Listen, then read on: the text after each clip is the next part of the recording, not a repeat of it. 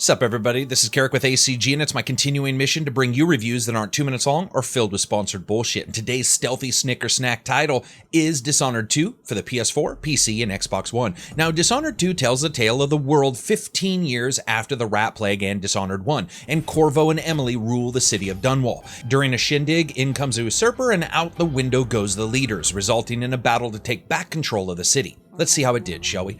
As always, if you like the video, maybe subscribe. So here's my review for Dishonored 2, Rats in Bloodfly form, Gears of Dishonor, and the Who Can Scream Loudest Wins version of Royal Ascension. Graphics are up first. So, at times beautiful and impressive, like the first views of this new playtime city that you're going to call your stomping grounds for most of the title, or the moment this sandstorm blows into a deserted town alley, beating down visibility to about sword length, or how the waves roll around the good ship How Does She Float that you end up using as your main base. The game can look fantastic. There's this rustic, almost cut from stone art aesthetic that the entire game employs, down to every nook and cranny and every Sam and Sally you're going to have to face off against. You can see it in the art style of paintings you pass or pilfer, and in the faces of anguish as you extinguish the life from one enemy who, like a curious fly, is dropped right into your Venus death trap. Dishonored can meet you at the door, dressed to the nines and ready for a hot date. Sadly, there appears to be just as much of a chance it'll show up 3 sheets to the wind, sloshing around and clumsily smashing into itself in what appears to be its own desire to keep an engine that's stressed far past its ability from just exploding outright. It really doesn't matter what version you have, the game is replete with problems, from shading issues, flickering shadows on all systems, atrocious aliasing, streaming problems on textures regardless of the storage medium, and that's not ignoring the massive number of frame rate and input lag issues on all versions that really have many of us remembering back to the heady days of the rise of Tomb Raider's infamous "let's go get a sandwich while Laura is turning" input lag debacle. Animation itself is actually pretty great for the most part, but enemies do continue to fly around in locations after killing them, shaking like that scary dude in Jacob's Ladder, or sinking into the ground in objects like a medieval version of Event Horizon just occurred. I think it's important to understand that this is based on the engine prior to that which Doom was created on, and then modified, which indicates that it may have been better had they actually gone for the full upgrade. Now on the PC, on 3 different test systems, I ran into wildly different results, even within the same playing time, seeing a GTX 1080 dropped to as low as 17 frames a second in a couple indoor spots, and then skyrocketing back it up to 90, then diving back down. Of course, this is all with the new patch and with assorted drivers at 1440p. Nothing really seemed to fix that. Now, the internet right now is abuzz this morning with various fixes and entire forum threads devoted to the PC version and getting it up and running. If you don't have an issue, I congratulate you, but it looks like a ton of people do. Now, the PS4, PS4 Pro, and Xbox One versions might not knock your socks off, but currently it sort of seems like that's where the testing money went. Personally, I like the look of Dishonored 2. I like it better than its predecessor, but it's half moth, half butterfly, and right in the middle of changing. Sometimes you can see the beauty within, but other times it looks like a fucking monster, and it seems pretty random when that will occur. So as a package, it's impressive, but also wild when it comes to performance. Sound, music, and voice. Custodian, by the way. Hamilton? Someone said he went nuts working the night shift. Yeah, locked up somewhere at disease treatment for his own safety. He was a janitor here as far back as the That's the watchtower.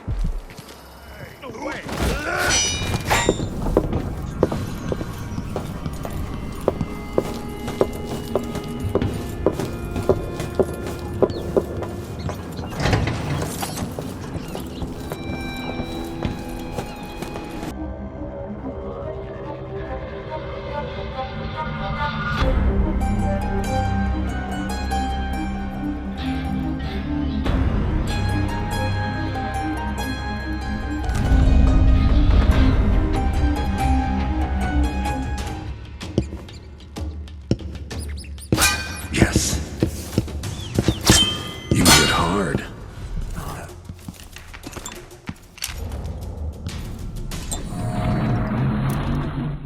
And as always, sound is up first in these 3 categories, and it's very hit and miss. While the combat is visceral and in your face, to the point that slamming sword against sword with an enemy is a completely organic and almost perfectly sampled moment. Really a treatise to steel against steel, and firing off please die messages into enemies' brain pans with your hand howitzer unleashes this really throaty and full force roar. The issue here is that layering has errors everywhere and on every system despite stereo or channeled choices used. And strangely enough, its sad appearance is coupled with the one place that the level design holds most of the strengths in this title, Verticality. It's like the sound engine is confused from footsteps heard 2 floors above you to hearing 3 guards argue while 4 rooms away, but sounding like they're behind you, or footsteps insanely loud pattering to a level so high that you're left wondering if everyone stole Michael Flatley's Lord of the Dance tap shoes and is just river dancing their way through the game's dreary confines.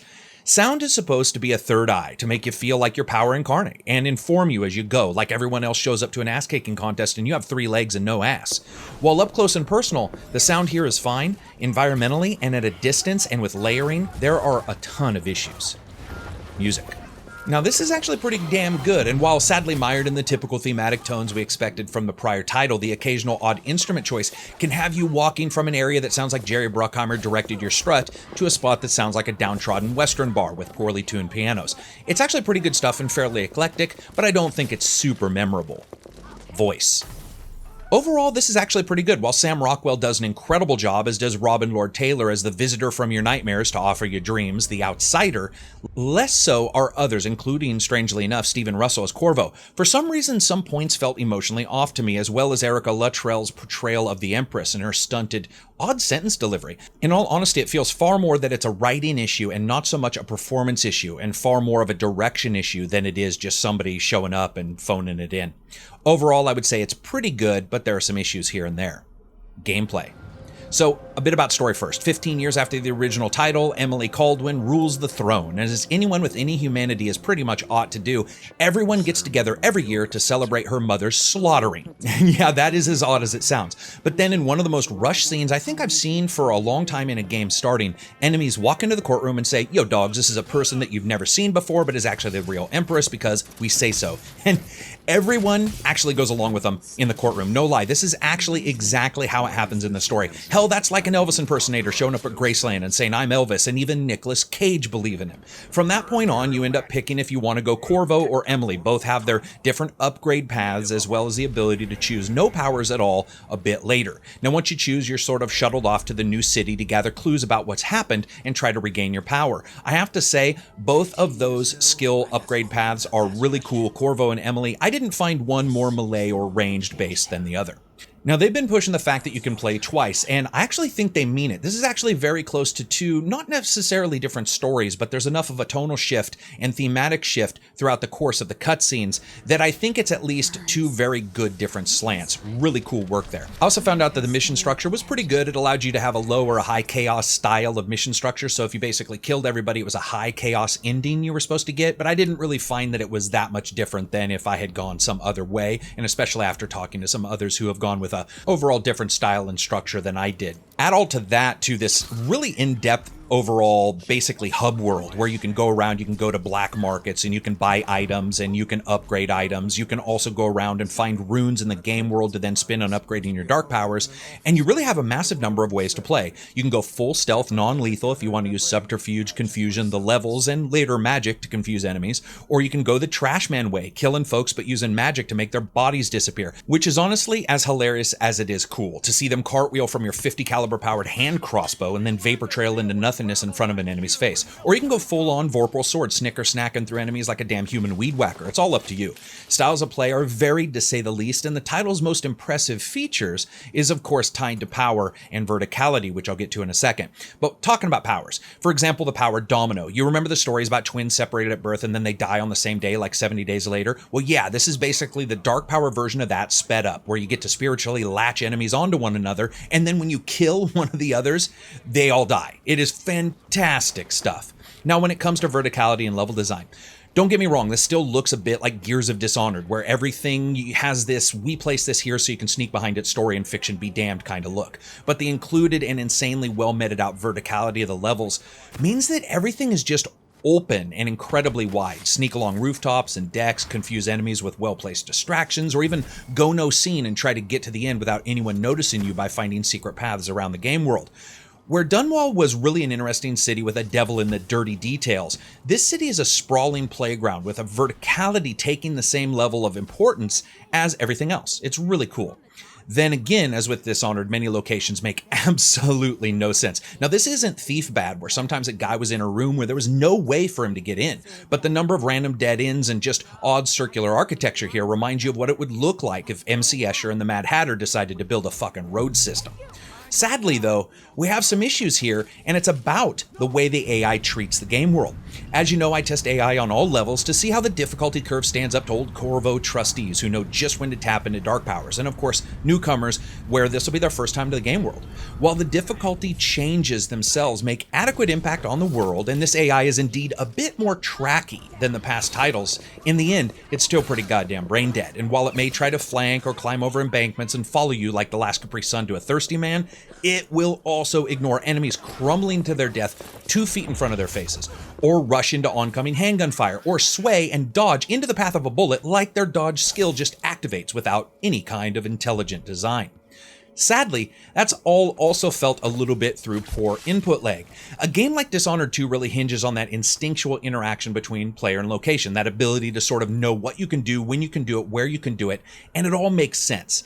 Dishonored 2 has that, but the input lag will actually at times possibly make you rethink yourself and wonder, was I wrong?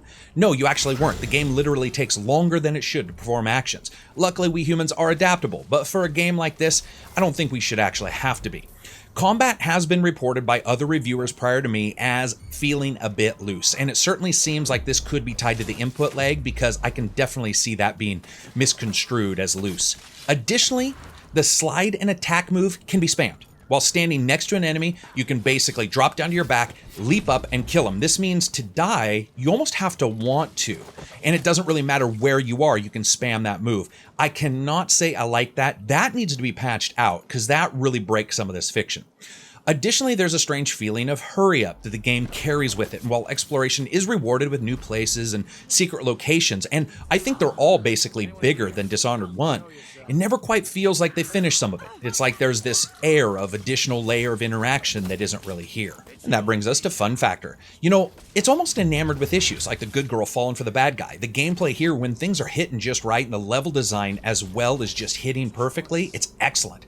If they weren't seen through the game's occasional what the fuck filter of bugs, graphics issues, and just overall lag, it would have been a far more enjoyable time. Now overall, when it comes to the story pacing and how that was meted out, I really enjoyed it, and this was actually a far better story to me than the prior one. Now that being said, it is fun as hell when you slide under an enemy's feet non-lethally, take him down, shadow leap onto a brick wall, and escape as his friends look around and you can actually hear one of them scream, "Impossible!" as you warp into the shadows. That is some fantastic stuff. Very cool. So I rate games on a buy, wait for sale, rent, or never touch it again rating scale. This is actually a wait for a sale, mostly due to technical issues. At its core, it's got more to offer, more to do, and more to see than the prior title. It also has far more problems. What's sad here is if the bugs and sound issues were not there, it would most likely be a buy. But right now, on all versions, this thing just needs patches. We have people crashing on the PS4 and on the Xbox, and yes, I know some people don't, but when you experience them, that's all you can do is say what you're seeing. By the gods, also, remove the ability to spam that one power out. The sliding and attacking people from 1/4 inch away, it is basically an impervious move, and it allowed me to get through battles that there was just absolutely no chance of me normally getting through. They should never have let that get through test. So anyway, that's it for me. I hope you guys liked the review. If you did, give it a thumbs up. Maybe check out Twitter or Patreon. If you didn't, give it a thumbs down. And as always, if you want reviews that aren't 2 minutes long or filled with sponsored bullshit, stick with ACG. Peace out and enjoy the rest of your week.